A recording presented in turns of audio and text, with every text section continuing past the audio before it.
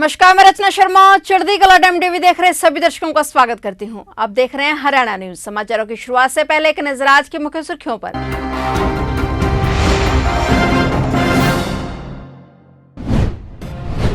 मुख्यमंत्री मनोहर लाल ने हरियाणा भवन में नीति आयोग के प्रतिनिधियों के साथ की बैठक। सीएम बोले, नीति आयोग ने सीएमआईई के बेरोजगारी के आंकड़ों को ठहराया आधारहीन। सीएम मनोहर लाल ने लगाई तिरंगे की डीपी। हर घर तिरंगा अभियान को लेकर सरकार की कोशिशें जारी। जिला नागरिक अस्पताल करनाल को बेहतरीन कार्य करने पर किया सम्मानित। स्वास्थ्य मंत्री अनिल विज ने स्मृति चिन्ह एवं प्रशस्ति पत्र किया भेंट।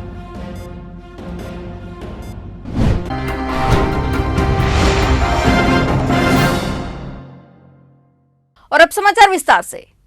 हरियाणा के मुख्यमंत्री मनोहर लाल ने कहा कि नीति आयोग ने सीएमआईई के बेरोजगारी के आंकड़ों को आधारहीन ठहराया है। वास्तव में हरियाणा में बेरोजगारी दर मात्र 8% ही है और इसे कम करने की दिशा में युवाओं के कौशल बढ़ाने की दिशा में कार्य किया जा रहा है। मुख्यमंत्री नई दिल्ली में हरियाणा भवन में हुई नीति आयोग के प्रतिनिधियों के साथ बैठक के उपरांत मीडिया से बातचीत कर रहे थे। मुख्यमंत्री ने कहा कि बैठक में कृषि, शिक्षा, स्वास्थ्य क्षेत्र, शहरी स्थानीय निकाय, सूचना प्रौद्योगिकी व अन्य विषयों पर गहन विचार विमर्श हुआ। उन्होंने कहा कि प्रधानमंत्री की अध्यक्षता में होने वाली नीति आयोग की बैठक में हरियाणा प्रदेश के सभी विषयों में योजनाओं के विस्तार और आवश्यकताओं के संदर्भ में विवरण रखा जाएगा। उन्होंने कहा कि प्रदेश में सभी क्षेत्रों का विकास व नागरिकों के जीवन को और अधिक बेहतर बनाना सरकार का प्राथमिक लक्ष्य है। सीएम मनोहर लाल ने कहा कि बैठक में किसानों की आय दोगुना किए जाने व फसलों के विविधीकरण पर भी विचार विमर्श किया गया है। इसके अलावा इंटरनेशनल मिलेट ईयर के दृष्टिगत भी योजना तैयार किए जाने पर विस्तृत चर्चा की गई।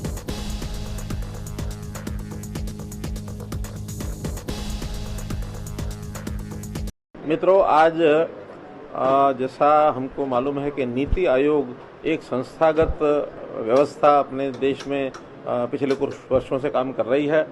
हर वर्ष नीति आयोग की एक बड़ी विस्तृत बैठक होती है। उस बैठक से पूर्व हम लोग तैयारी की एक बैठक करते हैं। तो आज उसी प्रकार से विभिन्न विभागों के साथ मिलकर के हमने चर्चा जो की है, नीति आयोग के माध्यम से अपने देश को, हमको कैसे दुनिया में आगे नंबर 1 अपना देश कैसे बने और हर प्रदेश का कंपटीशन में जो स्थान है उसका कंट्रीब्यूशन देश की आर्थिक व्यवस्था में कैसा बने। तो इस नाते से हर प्रदेश अपना विचार करता है। मुख्य रूप से उसमें पहला क्षेत्र है कृषि। कृषि में अलग अलग पहलू, किसान की आय डबल कैसे हो, डाइवर्सिफिकेशन के नाते से हमको जिन फसलों की ज़्यादा आज आवश्यकता है उसमें हम कैसे एंटर करें। दूसरा विषय उसके अंदर शिक्षा का है। शिक्षा भी जो हमारी नेशनल एजुकेशन पॉलिसी, उस अनुसार हम कितना उसके लिए तैयारी कर चुके हैं। हमने डिक्लेयर किया है कि देश भले ही 2030 तक हमारी जो एनईपी को अपनाएगा, हम नेशनल एजुकेशन पॉलिसी को 2025 तक पूरा करेंगे। बहुत से परिवर्तन हमने उसमें कर दिए हैं। KG to PG ये हमने परिवर्तन कर दिया है। कुछ जो ऐसे कोर्सेज जो पहले केवल इंग्लिश में होते थे उनको मातृभाषा यानी हिंदी में हमने उसको शुरू कर दिया है। स्कूली बच्चे, इसमें भी हमने शिक्षा की जो व्यवस्था, टेबलेट्स बांटने की हमने व्यवस्था की है। ज़्यादातर जो सरकारी स्कूल थे पहले केवल हरियाणा एजुकेशन बोर्ड के साथ जुड़े हुए थे, अब हमने उसको जो हमारा CBSE उसके कोर्स के साथ भी जोड़ा है। ऐसे शिक्षा में जितने भी हमारे आगे विषय आए हैं उसके ऊपर मैंने आज विचार किया है। ऐसे ही तीसरा विषय है हेल्थ। हेल्थ का भी जो पैरामीटर्स हैं, सारे देश भर के जो पैरामीटर्स हैं उसमें हम हर एक क्षेत्र में एवरेज, जो नेशनल एवरेज है उससे हम ऊपर हैं। जो देश के 100 डिस्ट्रिक्ट, टॉप 100 डिस्ट्रिक्ट्स हैं उसमें हमारे 20 जिले आते हैं। तो इस प्रकार इन सब विषयों पर आगे बढ़ते हुए और आज हमने सारी चर्चा की है। अर्बन लोकल बॉडीज़, उसमें भी कैसे इंफ्रास्ट्रक्चर कैसे अच्छा हो, वहाँ के लोगों की सुविधाएं कैसे अच्छी बढ़ें, खास करके ईज़ ऑफ लिविंग की तरफ हम आगे बढ़ें। हर व्यक्ति का, नागरिक का जो जीवन है वो सरल, सुगम और ये कैसे बने, इसके लिए हमारे जो IT के उपयोग हैं, हमारा जो टेक्नोलॉजी की जो व्यवस्थाएं हैं, ये सब भी हम लोग वहाँ रखेंगे। उसकी हमने तैयारी की है। और इसमें भी सबसे महत्वपूर्ण विषय जो हमारी इनोवेशन है वो है परिवार पहचान पत्र। इसके भी सारे विषय हम उसमें आगे रखेंगे। और आपकी जानकारी के लिए अभी जो नीति आयोग ने इनोवेशन के ऊपर जो रैंकिंग जारी की है, हरियाणा उसमें पहले 6ठे नंबर पर था और 3रे नंबर पर आ गया है। हमने एक छलांग लगाई है, तो उसमें भी हमें नीति आयोग ने काफ़ी सराहना दी। खास करके शिक्षा में हायर एजुकेशन के लोगों को हम रोज़गार कैसे दे सकें, स्किलिंग के कोर्सेज करा करके उनको कैसे आगे बढ़ा सकें, ये हमारे लिए भी एक चैलेंज है। क्योंकि हमारे यहाँ जो गरीब लेबर है उस प्रकार की कोई समस्या ज़्यादा नहीं है। अब हमारे यहाँ शिक्षा का अच्छा स्तर होने के बाद पढ़े लिखे लोगों को रोज़गार ज़्यादा मिले, क्योंकि जिससे रोज़गार की बात आती है, पहली बात तो आज नीति आयोग ने भी ये बताया है कि जो आपके CMI के डाटा हैं वो सब गलत हैं, और सेंट्रल जो हमारे जो एजेंसीज़ हैं उन एजेंसी के माध्यम से जो डाटा है वो सारा ठीक मिलता है। नीति आयोग ने आज हमको कहा है कि हमारे यहाँ लगभग 8% जो है वो अनएम्प्लॉयमेंट है। हरियाणा में भी हमने इसका एक बहुत बड़ा प्लान बनाया है, उसकी एक टास्क फोर्स बनाई है और ग्राम लेवल तक की समितियाँ उसमें बनाई गई हैं कि हम नशे के खिलाफ इस मुहिम को कैसे चला सके, क्योंकि एक राष्ट्रीय समस्या है ये, चाहे वो नॉर्थ ईस्ट में है और चाहे उत्तरी भारत में है। उत्तरी भारत में उस दिन पंजाब, हरियाणा, हिमाचल, चंडीगढ़ और जम्मू कश्मीर को लेकर के सारे विषय थे। तो ये कोई बाउंड्रीज के साथ ये समस्या घिरी हुई नहीं है, इस बाउंड्री लेस ये समस्या है। सब लोग जो इस हर घर तिरंगा अभियान को लेकर सरकार की कोशिशें जारी हैं। प्रधानमंत्री ने 2 अगस्त यानी कि आज मंगलवार से ही अपनी सोशल मीडिया अकाउंट की डीपी को भी बदल दिया है और वहीं तिरंगे की तस्वीर लगा दी है। और इसी के साथ हरियाणा के सीएम मनोहर लाल ने भी फेसबुक व ट्विटर पर अपनी डिस्प्ले फोटो को चेंज कर दिया है। पीएम मोदी की अपील पर हरियाणा के हर बीजेपी नेता ने अपनी डिस्प्ले फोटो बदल ली है। बता दें कि सीएम मनोहर लाल ने प्रधानमंत्री नरेंद्र मोदी के निर्देशों पर चलते हुए फेसबुक व ट्विटर पर तिरंगे की तस्वीर लगा ली है। सीएम मनोहर लाल ने अपनी डीपी हर घर तिरंगा अभियान को मजबूती देने के लिए बदली है।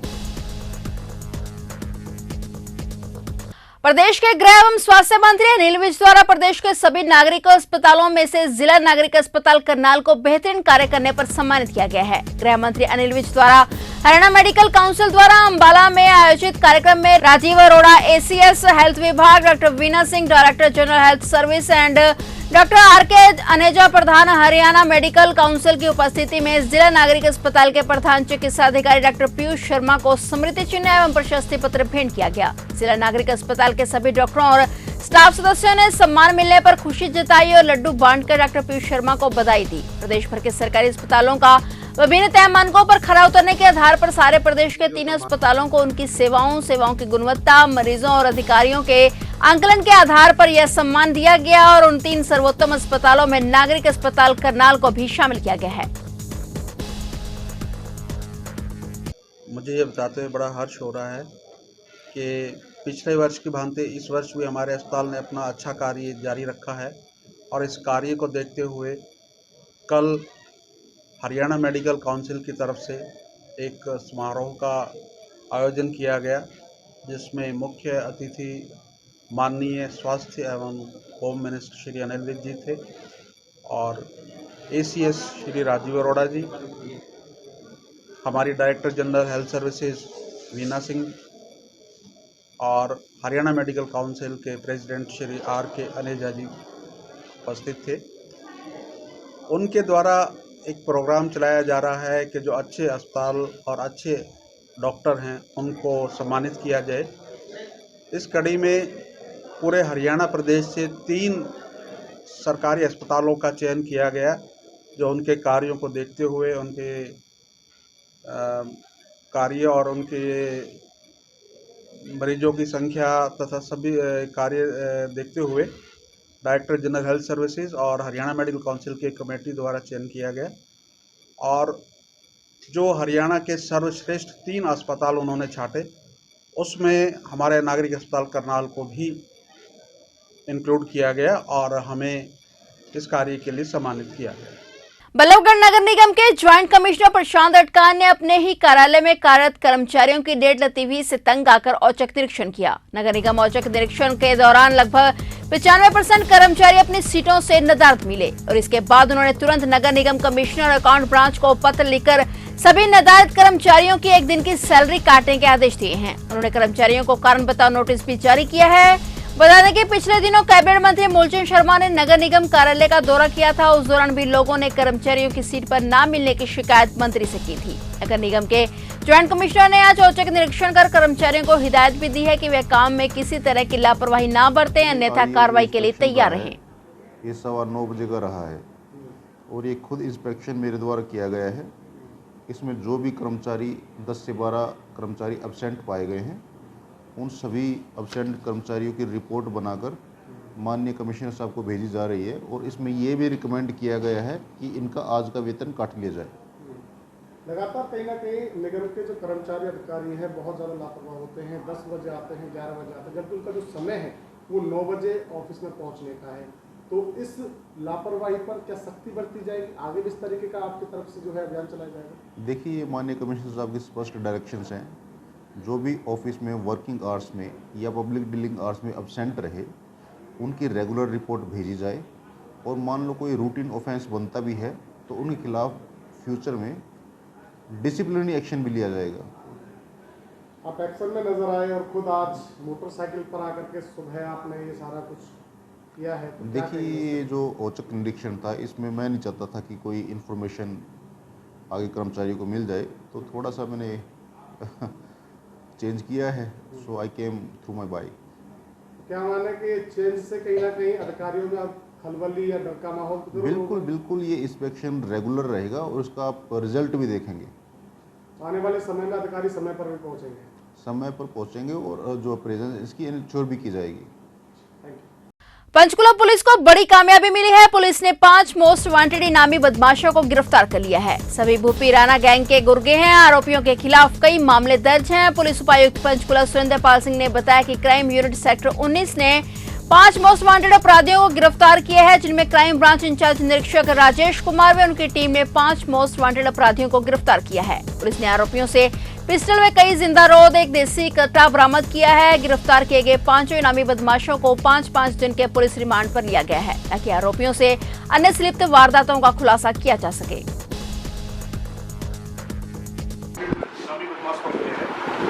और उनके खिलाफ रायपुर रानी में केस दर्ज था 26 नंबर, जिसमें 148, 149, 323, 384, 387, 370, 506, 120 बी और आरएमजेड का इनके खिलाफ मुकदमा दर्ज हुआ था। और ये हमारी 19 की जो क्राइम ब्रांच की यूनिट है, इन्होंने पकड़ा है। स्पेशल टीम लगाई गई, ये हमारी द्वारा इनको पकड़ा गया है। इनके खिलाफ कई केस दर्ज है, जैसे हर शेरुजीत सिंह है 29 खास को हमने गिरफ्तार किया है। इनके खिलाफ 5 मुकदमे दर्ज है। हत्या, लड़ाई झगड़े, फायरिंग करना, इस टाइप के मुकदमे दर्ज है। एक गुरदीप सिंह है, इनके खिलाफ 2 मुकदमे दर्ज हैं, जिसमें इन्होंने फायरिंग करना, मारपीट करना, जान से मारने की नीयत से फायरिंग करना। गुरप्रीत सिंह, इनके खिलाफ भी 3 मुकदमे दर्ज हैं और इनके 307 का मुकदमा दर्ज है। इनके ऊपर अलग अलग लड़ाई झगड़े के मामले दर्ज है। लिखित चौहान, इनके ऊपर भी मुकदमा दर्ज है 307 का। और राजीव, इनके ऊपर भी मुकदमा दर्ज है जन्म से मारने का। इसमें एक के ऊपर तो 302 के पैरोल पे 302 में ये जेल से अभी बेल पे आया था और इसको भी गिरफ्तार किया है। ये काफ़ी मोस्ट वांटेड रहे हमारे, काफ़ी दिन से हमारे को इनकी तलाश थी। पंचकुला पुलिस ने अपना ट्रैप लगा के इंफॉर्मेशन कलेक्ट करके 5 मोस्ट वांटेडों को पकड़ा है। पंचकुला पुलिस के लिए बहुत बड़ी कामयाबी है। और इससे पहले भी 2 मोस्ट वांटेड थे इस केस में, वो हमने पहले ही गिरफ्तार कर चुके हैं 13 मार्च को। इनसे असला मिला है, 2 पिस्टल है, देसी पिस्टल और एक 315 बोल्ट का कट्टा है जो आपके सामने है। और इनसे पूछताछ की जा रही है और काफ़ी कामयाबी मिल चुकी है। इनसे पूछताछ के बाद किसी केस, दूसरे जो हमारे कई केस हैं, उनसे भी इससे पूछताछ की। टोहाना के गांव दमकोरा में करीब 22 दिन पूर्व विवाहिता की मौत मामले में पुलिस कार्रवाई से नाराज लड़की पक्ष के लोगों ने रंगरा रोड स्थित लघु सचिवालय के मुख्य गेट को सुबह करीब 10 बजे ताला लगाकर बंद करते हुए प्रदर्शन शुरू कर दिया। प्रदर्शनकारियों ने कहा कि लोकल राजनीतिक लोगों के दबाव में कार्रवाई नहीं की जा रही है, जिसके चलते आरोपी पुलिस की गिरफ्त से बाहर हैं। मामले की सूचना पर शहर थाना से sub inspector Ashok Kumar police के साथ मौके पर पहुंचे, लेकिन प्रदर्शनकारी अपनी मांगों पर अड़े रहे और प्रदर्शन जारी रखा।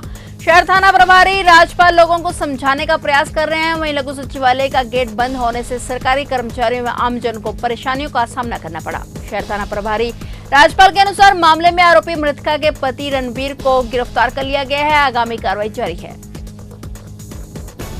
अभी गिरफ्तार करो। अच्छा, तो साहब ये बोल रहे हैं कि मिश्रा की रिपोर्ट आएगी, उसके बाद ही हम बताएंगे। क्या इतने साल से ड्यूटी करें, इनको पता नहीं है ये मर्डर सुसाइड है? उस पे हथों पे निशान है, कमरे पे निशान है, सब कुछ निशान होने के बाद भी ये मर्डर को सुसाइड साबित कर रहे हैं। उसके बाद बोले मिश्रा की रिपोर्ट आएगी तब जाके हम इनको अरेस्ट करेंगे।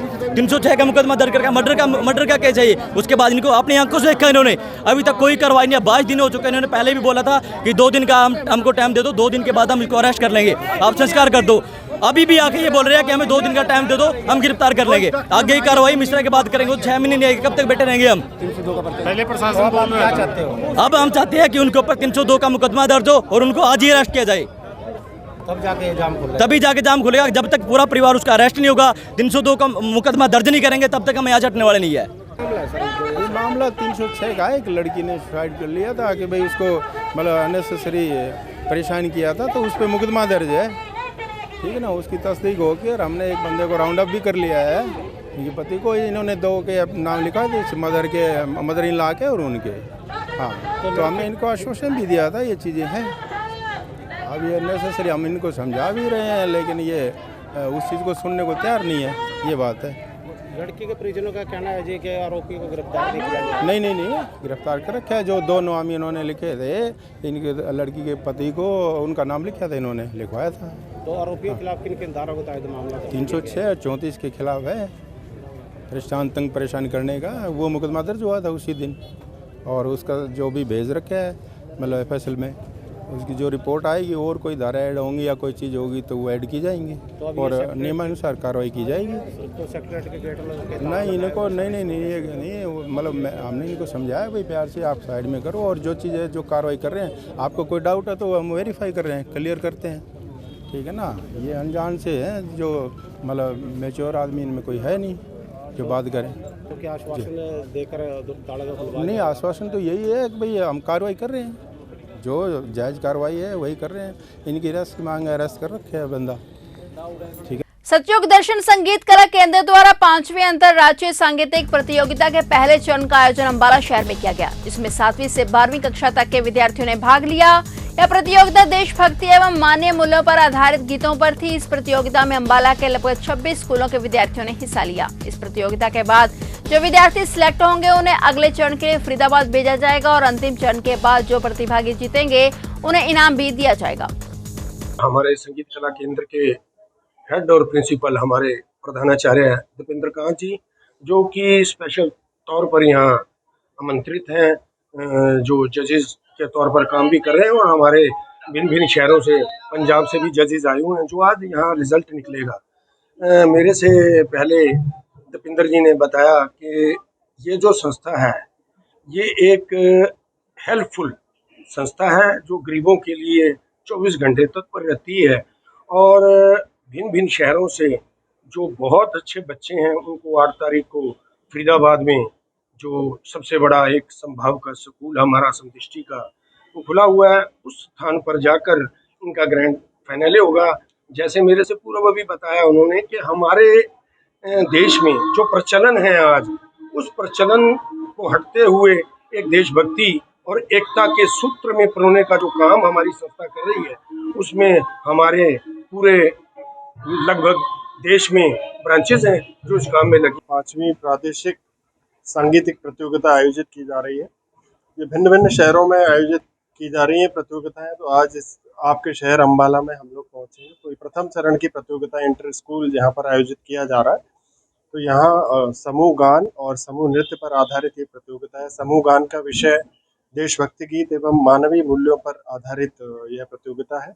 वहीं समूह नृत्य की बात करें तो समूह नृत्य भक्ति गीतों पर आधारित है। आज यहाँ पर जो स्कूल प्रथम स्थान हासिल करेगा उसका 8 अगस्त को सतयुग दर्शन वसुंधरा फरीदाबाद में एक ऐसा स्थान जहाँ पर विश्व का प्रथम स्कूल है, संभाव समदृष्टि का स्कूल, तो वहाँ पर सभागार में ये प्रतियोगिता आयोजित की जाएंगी। 8 अगस्त को ग्रैंड फाइनले है। तो और ये 10 अन्य शहरों से भी वहाँ पर बच्चे आएंगे जो प्रथम स्थान हासिल करके आएंगे। इनके प्रोत्साहन के लिए पुरस्कार राशि भी रखी गई है, 5100, 3100 और 2100। उद्देश्य यही है कि बच्चे देशभक्ति के प्रति जागरूक हों, मानवता का संदेश लेकर जाएं और अच्छे नागरिक बने, संगीत के प्रति उनकी रुचि बढ़े, क्योंकि संगीत साधना का विषय है और जहाँ तक बात साधना की करते हैं तो साधना बिना पीस के, बिना शांति के संभव ही नहीं। यहाँ पर 26 स्कूल के और 260 के आसपास बच्चों ने भाग लिया। केवल अम्बाला सिटी और कैंट के बच्चों ने यहाँ पर भाग लिया।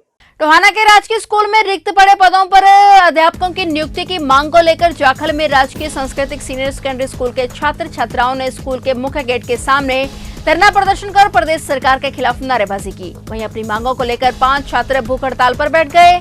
छात्र छात्राओं ने प्रदेश सरकार से उनके स्कूलों में अध्यापकों की नियुक्ति करने के साथ साथ फीस में कमी करने की मांग की और सरकार की चिराग योजना का भी विरोध किया। मुख्य मांग तो ये एक तो ये सरकार द्वारा चिराग योजना चलाई जा रही है, उनको वापस ली जाए और जो हमारे स्कूल में टीचरों की कमी है उन्हें पूरी करी जाए। और जो ये मतलब जी वो खुल चुकी है, ट्रांसफ़र खुल चुकी है और टीचरों के भी, जो हमारे क्लास स्कूल में टीचर हैं क्या तो उनकी भी कल को बदली हो जाए तो हम तो जी अनपढ़ ही रह जाएंगे। सरकार की यही योजना है कि बच्चे अनपढ़ हो जाएं और ये कह रहे हैं अभी चिराग योजना 134 के तहत पेपर 2 प्राइवेट स्कूल में लो। तो इससे प्राइवेट स्कूल में जाना होता तो जी हम सरकारी में क्यों आते हैं। और फीस ले ही जा रही है, ना ही टीचर रही है पढ़ाने। तो कब तक आप धरने में बैठे रहोगे? जब तक टीचर नहीं आएंगे जी, जब तक हमारी मांगे पूरी नहीं होगी। ये हमारे लिए नहीं है, हमारे छोटे भाई बहन भी है, हमारा भविष्य भी है जी, उनके लिए भी हम कर रहे हैं। कलायत उपमंडल परिसर में गांव ब्राह्मणीवाला की महिलाओं का एक शिष्टमंडल बिजली के भारी भरकम बिलों को लेकर एसडीएम से मिला और महिलाओं का कहना था कि बिजली विभाग ने उनको भारी भरकम बिल थमा दिए हैं, जबकि उनके घर में केवल एक पंखा ही है जो 24 घंटे में 10 से 12 घंटे चलता है। महिलाओं का कहना है कि वे लोग मजदूरी करते हैं। 7,000 से 9,000 तक के बिल आए हैं। वहीं एसडीएम ने समस्या सुनने के बाद बिजली विभाग को उचित कार्रवाई के निर्देश दिए हैं। कहाँ खेत में? हाँ खेतों में। 1 बजे तक तो खेत में मजदूरी करते हैं, 2-1.5 बजे घर बढ़ते आकर बच्चे स्कूल में चले जाते हैं। पंखे के अकेले ही चले जाते हैं, वहाँ न्यू वैसे ही चले जाओ बिना उसके। तो बिल इतने देर के हैं। आपके बिल पर भी एसी का बिल आया हुआ है? ना मेरे पर तो बिल कौन एसी का आ रहा है, पर बिल तो सभी के तेज आ रहे हैं। पुराना सीआई स्टाफ के नजदीक स्थित घर की रसोई में रखे गैस चूल्हे के नीचे सांप मिलने से हड़कंप मच गया। इसके बाद सूचना गोरक्षा दल को दी गई। टीम ने मौके पर पहुंचकर सांप को काबू कर लिया। टीम ने मौके पर आकर सांप को रेस्क्यू किया और सुरक्षित पकड़कर जंगल में छोड़ दिया। यह दामन प्रजाति का सांप था। गोरक्षा दल के नवजोत सिंह ने बताया कि यह एक सामान्य सांप है। कल हमें एक सूचना मिली कि पुराना सीबीआई स्टाफ के साथ लगता एक घर है, वहाँ पर एक सांप दिखाई दिया है हमें घर में। तो मैं और मेरी टीम मौके पर पहुँचे, वहाँ पर सांप को देखा तो एक वो चूल्हे के नीचे गैस चूल्हा होता है उसके नीचे वो सांप यानी कि दिखाई दिया हमें। उसे हमें सुरक्षित पकड़ लिया। तो महिला ने भी बताया जब वो काम कर रही थी रसोई में, जब वो खाना बनाने के लिए गई तो उसने देखा चूल्हे के नीचे सांप उसको दिखाई दिया और वो भी 5.5 फुट का। तो वो शोर मचा दिया उसने और फिर हमारी टीम को सूचित किया। हम आकर मौके पे उसको सुरक्षित पकड़कर सुरक्षित जंगलों में छोड़ दिया उसको। और अगर ऐसा कोई सांप आपको दिखाई दे तो आप यानी कि हमें सूचित कर सकते हैं। वैसे ये सांप दामन प्रजाति का सांप है और इसकी स्पीड लगभग 60 किलोमीटर प्रति घंटे की स्पीड होती है। बाकी इसमें कोई जहर नहीं होता, बाकी काटने से इन्फेक्शन जरूर हो सकता है। तो मैं यही कहना चाहता हूँ ऐसे सांपों को ना मारें, क्योंकि हमारे प्रगति के लिए और किसानों के लिए ये बहुत फायदेमंद है। नारायणगढ़ में आवारा पशु लोगों के लिए परेशानी का सबब बने हुए हैं। नारायणगढ़ क्षेत्र में सैकड़ों की संख्या में सड़कों पर घूम रहे आवारा गौवंश से क्षेत्र की जनता भारी परेशान है। एक और जहां ये गौवंश क्षेत्र के लोगों को फसलों को उजाड़ रहे हैं और वहीं इन गौवंश की वजह से लोग चोटिल भी हो रहे हैं, जिसका मुख्य कारण इन पशुओं का सड़कों के ऊपर आकर बैठना है। वहीं लोगों का कहना है कि सरकार व प्रशासन को ऐसे लोगों के खिलाफ ठोस कदम उठाने चाहिए जो इन पशुओं को छोड़ते हैं। फिलहाल हरियाणा न्यूज में इतना ही और नए समाचारों के साथ फिर से हाजिर होंगे। तब तक के लिए देखते रहिए चढ़ती कला टाइम टीवी।